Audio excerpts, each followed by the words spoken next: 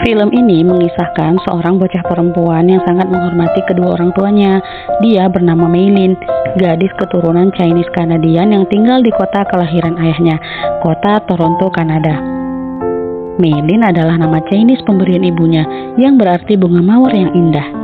Saat ini, Mei sedang menginjak usia 13 tahun, tahapan di mana anak-anak telah tumbuh menjadi seorang remaja.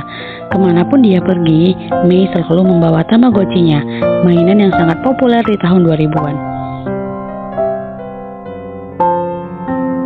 Di sekolah, teman-temannya menganggap Mei adalah anak yang aneh dan juga menjengkelkan. Meski begitu, sebenarnya ia sangat unik dan berprestasi. Tidak ada yang lebih dinikmati oleh Mei selain menghabiskan waktu bersama ketiga sahabatnya, Miriam, Abi, dan juga Priya. Pulang sekolah, Mei beserta sahabat-sahabatnya berhenti di sebuah minimarket, di mana penjaga minimarketnya adalah seorang anak laki-laki yang bernama Devon. Menurut mereka, wajah Devon sangat mirip dengan salah satu member boy band favorit mereka, yaitu Four Tou. Di rumahnya sendiri, Mei adalah anak yang sangat rajin serta penurut terhadap orang tuanya. Ia selalu membantu ibunya membersihkan serta merawat kuil milik keluarga mereka, yang merupakan kuil tertua di kota Toronto. Ibunya adalah seorang yang sangat menjaga kepercayaan leluhur. Kepercayaannya dikenal dengan nama Sony, yang mana kepercayaan ini sangat menghormati satwa hutan, terlebih hewan berjenis panda merah. Pada suatu malam, setelah mengerjakan PR-nya, Mei berhalusinasi tentang gambar Devon melalui gambar yang dibuatnya di buku tulis. Mei menunjukkan rasa ketertarikannya pada Devon. Namun tiba-tiba ia menjadi sangat panik saat ibunya masuk ke dalam kamarnya dan melihat apa yang sudah digambarnya. Melihat itu, ibunya sangat marah karena menganggap hal itu bisa mengganggu fokus belajarnya. Dengan kesal, Ibu Meilin segera mendatangi Devon di minimarket tempat Devon bekerja. Meski Devon tidak tahu apa-apa, tapi Ibu Meilin tetap memarahinya karena Devon sudah membawa pengaruh buruk bagi anak perempuannya. Karena kejadian ini, Mei menjadi merasa sangat malu atas perlakuan ibunya. Tetapi ia tetap patuh terhadap ibunya. Begitu tiba di rumah, ia langsung mencoba tidur untuk melupakan kejadian yang memalukan tersebut. Namun perasaan gelisahnya membuat Mei mengalami mimpi buruk mengenai kuilnya.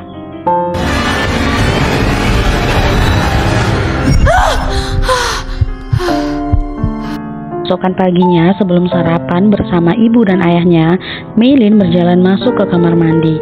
Tapi dirinya tiba-tiba terkejut dan menjerit begitu menatap cermin.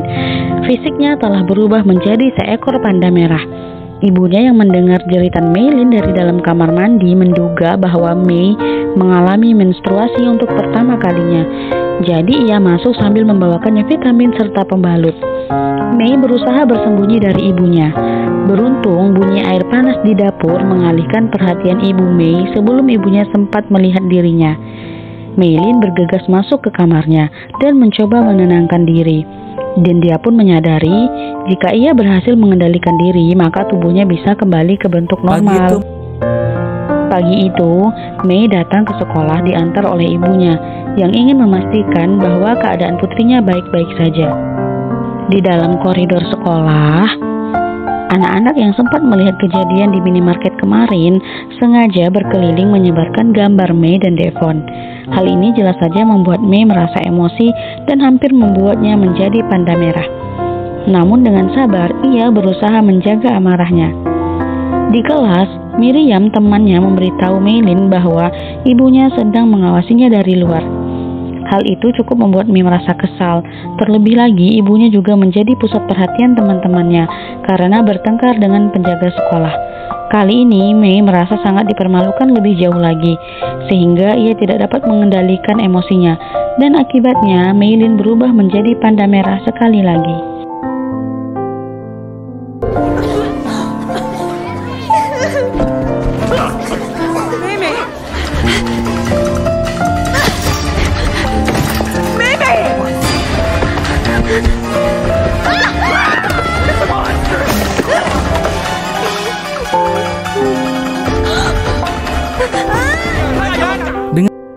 Dengan tubuh pandanya, Meilin pulang sambil menangis.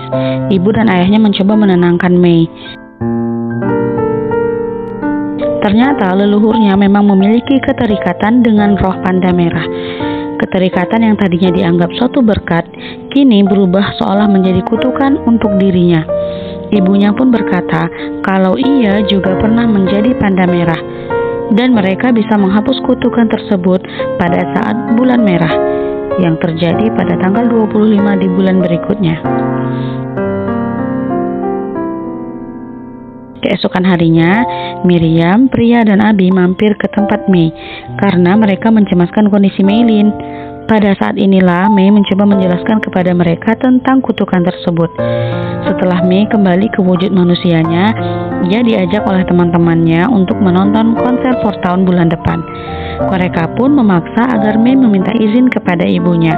Meskipun Mei sudah memohon kepada ibunya, tetapi ia tidak mendapatkan izin. Karena selain ibu Mei takut putrinya berubah menjadi panda merah lagi, ternyata si ibu juga tidak suka dengan ketiga teman Mei. Keesokan harinya di sekolah, ibunya masih terus mengawasinya dari luar. Meilin pun jadi bahan olokan oleh seorang anak yang bernama Taylor. Tentu saja Mei sangat marah, tapi kali ini emosinya ditenangkan oleh ketiga sahabatnya. Mereka berempat kemudian membahas lagi acara konser 4 tahun yang sudah direncanakan. Ternyata tidak ada satupun dari mereka yang mendapatkan izin dari orang tua masing-masing. Namun mereka bersepakat untuk tetap pergi walaupun tanpa izin, karena terlalu besar lagi-lagi berubah menjadi panda merah. Meskipun beberapa siswi lain tidak sengaja melihatnya, tapi justru mereka senang dan terhibur dengan keberadaan panda Mei. Malahan, jika mereka harus membayar pun tidak masalah, asalkan bisa berfoto dengan si panda yang menggemaskan tersebut. Dari situlah ketika sahabat Mei memiliki ide untuk menghasilkan uang dengan cara mempopulerkan si panda merah. Dan sudah pasti uang yang mereka kumpulkan nantinya akan digunakan untuk membeli tiket konser. Beberapa hari kemudian, uang yang berhasil dikumpul masih kurang sekitar $100 lagi. Lalu datanglah si Taylor dengan niat menawarkan Meilin untuk mengisi acara ulang tahunnya nanti sore. Dan Meilin harus berubah menjadi panda merah. Meilin setuju dan meminta bayaran $200.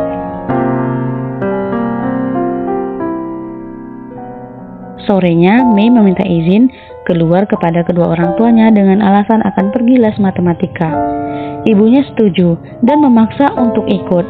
Tiba-tiba saja datanglah nenek Meilin beserta keluarga ibunya. Mereka datang untuk menghadiri ritual panda merah. Sementara di acara ulang tahun Taylor, teman-teman Meilin sudah menunggu kehadirannya sebagai panda merah. Meilin tidak bisa meninggalkan rumah karena semua keluarganya berada di dekatnya. Kemudian ia beralasan untuk pamit tidur lebih cepat.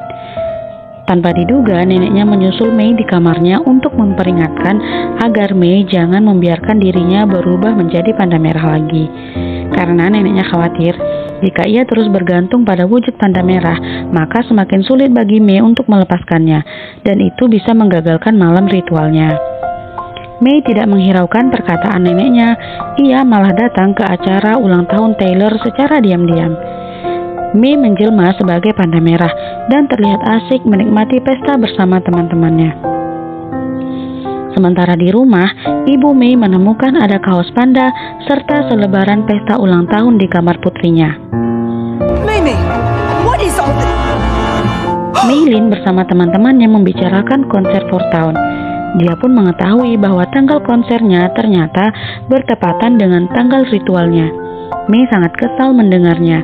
Ditambah lagi saat Taylor memaksanya untuk turun kembali ke acara pestanya. Mei yang sedang kesal menolak permintaan Taylor. Hal itu membuat Taylor marah dan mengejek Mei beserta ibunya.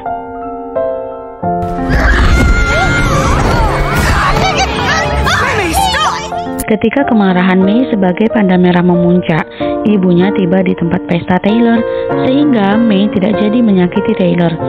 Ibunya menyalahkan ketiga sahabat putrinya tersebut karena mereka telah mempengaruhi pikiran Mei. Tibalah di hari konser 4 tahun berlangsung. Miriam, Abi, dan juga Pria pergi membeli tiket, sedangkan Meilin bersiap dari rumah untuk menjalani ritualnya. Mei masuk ke alam bawah sadarnya, di mana ia bertemu dengan Putri Sunyi. Saat Mei diberi kesempatan untuk melepaskan kutukan panda merahnya, dirinya mengingat masa-masa indah ketika ia menjadi panda merah. Banyak dari teman-temannya yang menyukai sosok panda merah gendut menggemaskan yang ada dalam dirinya. Sehingga Mei berubah pikiran dan dia tidak mau melepaskan kutukan panda merahnya dan memilih pergi meninggalkan ritual. Apa yang sebelumnya dikhawatirkan oleh neneknya akhirnya terjadi. Hal itu mengejutkan seluruh anggota keluarganya. Mei pun berlari menyusul teman-temannya ke tempat konser.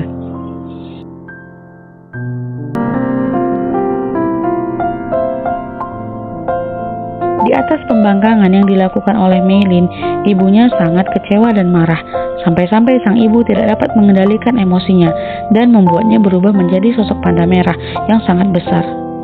Ketika Mei sedang asik menyaksikan konser, ibunya datang dalam wujud panda merah raksasa yang tidak terkendali.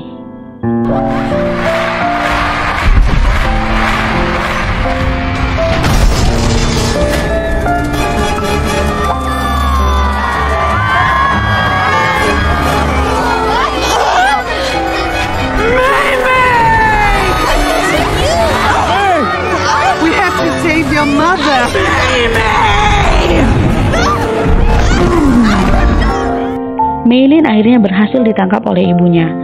Namun karena keinginannya selalu ditentang oleh ibunya, ia pun menjadi anak yang tidak penurut. Neneknya menyuruh semua anggota keluarganya untuk melakukan ritual, sementara Mei mencoba mengulur waktu ibunya. Teman-temannya juga membantunya. Amukan ibunya benar-benar menyebabkan acara konser hancur berantakan.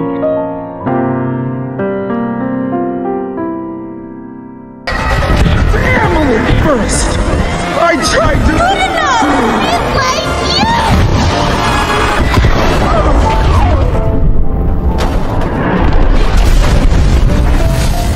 Tapi akhirnya ia berhasil dijatuhkan. Ia melihat perjuangan Meilin yang kesulitan menarik ibunya ke dalam lingkaran ritual. Akhirnya neneknya bersama semua anggota keluarganya juga ikut berubah menjadi panda merah untuk membantu panda Mei.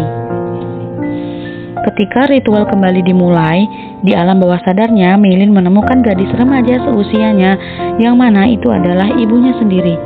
Ternyata dulu ibu Meilin juga sama pembangkangnya seperti dirinya. Namun ibunya menyesal telah melukai hati sang nenek. Meilin mencoba menenangkannya. Ia lalu menuntunnya keluar. Mereka berdua akhirnya berkumpul bersama si nenek dan si bibi Meilin yang lainnya. Satu persatu dari mereka mulai membebaskan kutukan panda merah.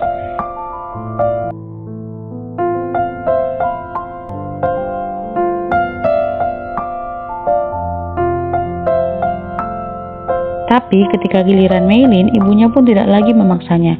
Ia meminta putrinya mengikuti kata hatinya sendiri, dan apapun keputusannya ibunya akan menerima. Meilin kemudian mengambil pilihan sesuai dengan apa yang diinginkannya, yaitu ia ingin tetap mempertahankan panda merah di dalam dirinya.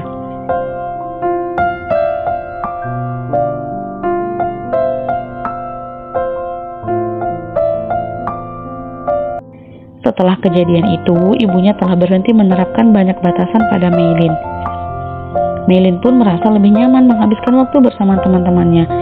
Kini dengan adanya sosok panda merah, kuil keluarganya pun menjadi ramai dikunjungi oleh orang-orang.